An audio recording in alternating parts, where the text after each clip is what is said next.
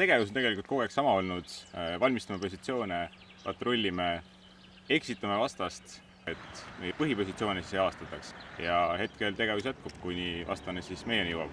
Positsioonid on peamiselt linna sees või siis täpselt linna ääres.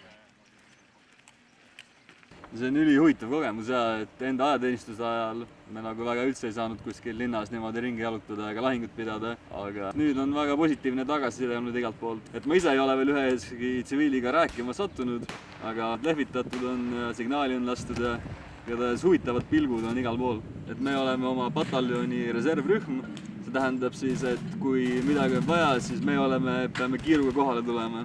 No mis ma kõrvalt kuulsin, oli see, et me suutsime üllatusmomendi võtta ja selle vastase hävitada.